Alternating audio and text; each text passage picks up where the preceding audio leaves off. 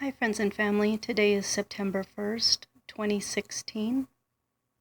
Today I'm coming to you because the Lord has put it upon my spirit to revise a vision that He had given to me at the beginning of my journey. I won't go through the whole vision, but I will include the second video that I'm referring to that I had initially put on here. And it was in reference to the sixth seal. And I'm going to go over the sixth seal with you if you're not aware of it.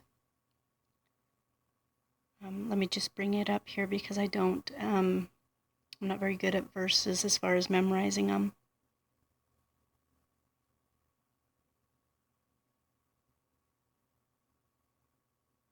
The first one I'm going to share with you is about the sixth seal. In the Bible, in Revelation 6:12 through 17, it is entitled, The Sixth Seal, Cosmic Disturbances. Those two words took on a whole new meaning for me here recently. But do pay attention to it because it's very important. I looked when he opened the sixth seal, and behold, there was a great earthquake, and the sun became black as sackcloth of hair, and the moon became like blood, and the stars of heaven fell to earth, as a fig tree drops its late figs when it's shaken by a mighty wind. Then the sky receded as a scroll when it is rolled up, and every mountain and island was moved out of its place. And the kings of the earth, the great men, the rich men, the commanders, the mighty men, every slave and every free man, hid themselves in the caves and in the rocks of the mountains, and said to the mountains and rocks, Fall on us and hide us from the face of him who sits on the throne and from the wrath of the Lamb, for the great day of his wrath has come, and who is able to stand?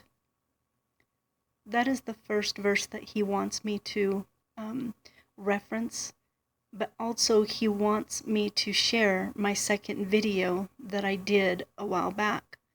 So again, I will put that in a link attached to this video.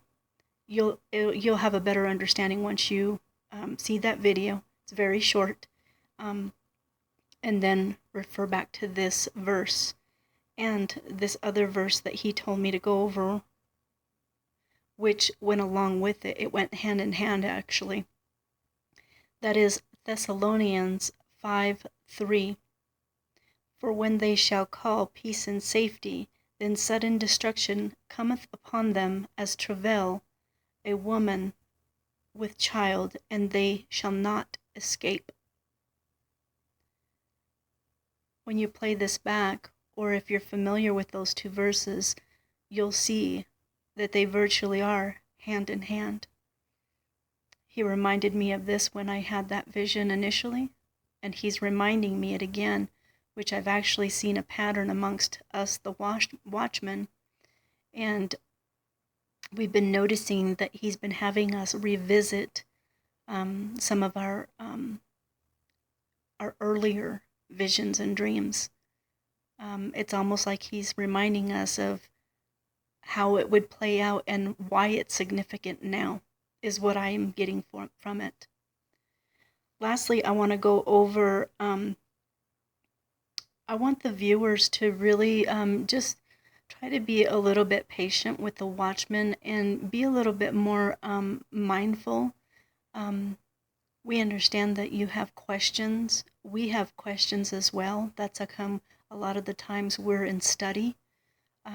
We have to research a lot of the scripture because the Lord guides us all to parallel it with the gospel, the visions and the dreams in the gospel. And the gospel is just that. It's gospel. It does not change.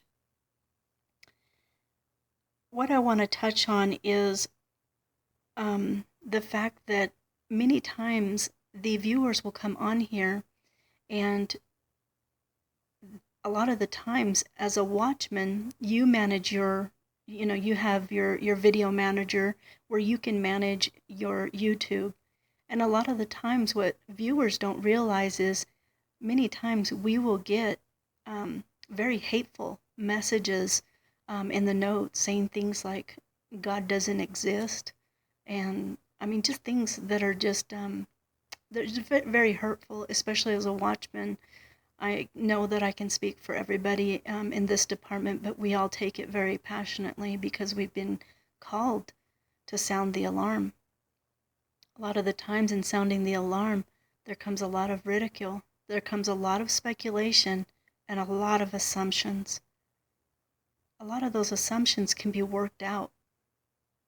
But with anything, you must be willing to try to, hear people and understand that we're under a lot of pressure as watchmen. We're being asked to reveal this to the world to try to help the Lord, um, help him with his children's salvation.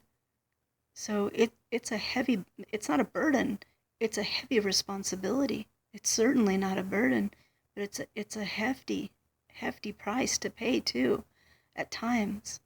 So please try to consider that before you jump to conclusions and you think that maybe a watchman might have responded to you abruptly.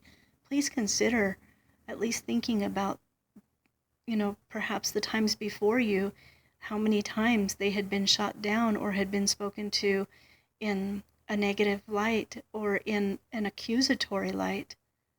Try to put yourself in their situation. Try to put yourself in the position of a watchman. If the Lord called upon you, would it be easy for you? I don't think it's easy for any of us. Anyhow, I wanted to bring that up because there's been a lot of confusion and there's been a lot of assumptions. And I just find it sad that instead of trying for people to get clarity and try to understand where one is coming from,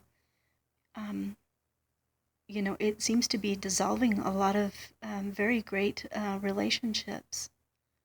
So please think about that. Don't try not to jump to conclusions, and at least try to listen for an understanding. If something seems out of place, it probably is.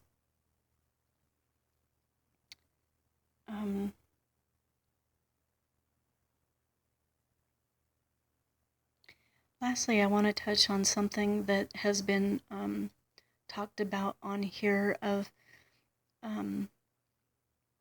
I have never given the illusion or the perception of being a watchman and the end results of helping the Lord guide his children towards salvation. I personally have not ever eluded or even gone the route of, in any form, to take any credit for it. I always give all glory to the Lord. This is a gift that he has provided me, and I'm grateful. I'm very humble. But I would never, ever wish that people would not listen. It's quite the opposite. You have to understand, from my perspective, I'm a new grandma. This is my first grandchild. There's nothing more that I would love than to get her ready for school as she grows up.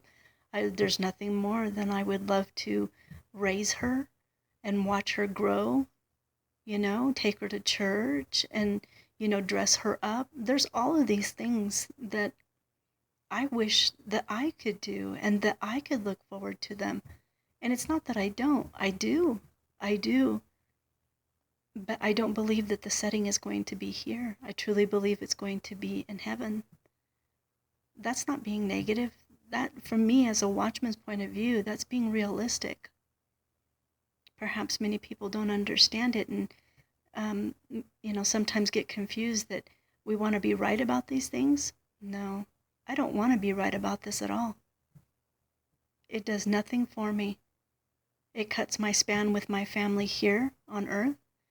It cuts my span and my connection to my first grandchild, watching her grow up in a normal and regular environment in the world.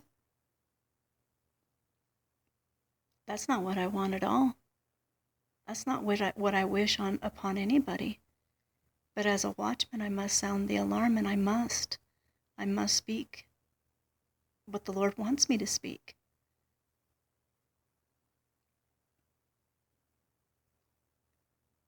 Anyhow, I just wanted to come on here and try to encourage you that the rapture isn't a bad thing.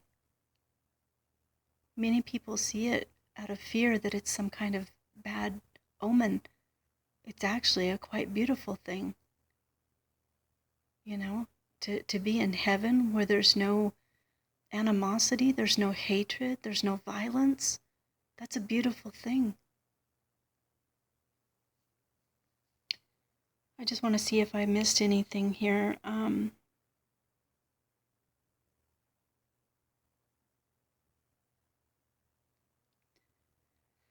Well, that's it for today. I just wanted to share that with you. The Lord has really placed it in my heart to share that about my second vision. And it was precisely about the sixth seal and about that mega earthquake. And he has shown me over and over, actually, several times, that the Thessalonians verse has everything to do with it. For when they call peace and safety, sudden destruction falls upon them. And I mentioned that in my second video, even then, almost a year ago, that I felt that it had to do with the Cascadia subduction zone. Whether it happens there or in the Ring of Fire, or it doesn't matter. Either way, wherever it happens, it'll be a chain of events. It'll be a domino effect. Again, it's not about being right. I will never date set. Like I said, I don't want to be right about this at all. But fortunately for me, the Lord came to me, and it's something that I take pride in. And yes, I'm very passionate about it. You know, and sometimes that comes across as confusion. You know, it's in the eye of the beholder. If you're in a good place with the Lord and you're at peace with Him, you have a strong binding relationship with Him, there's no reason for you to take offense to these videos. If anything, one should be grateful that the watchmen are revealing these things to you. So please try not to take it personal. And again, for the record, I have forgiven those who have alienated themselves from me. I don't hold any resentment. I have a good relationship with the Lord, and that's where I want you to be.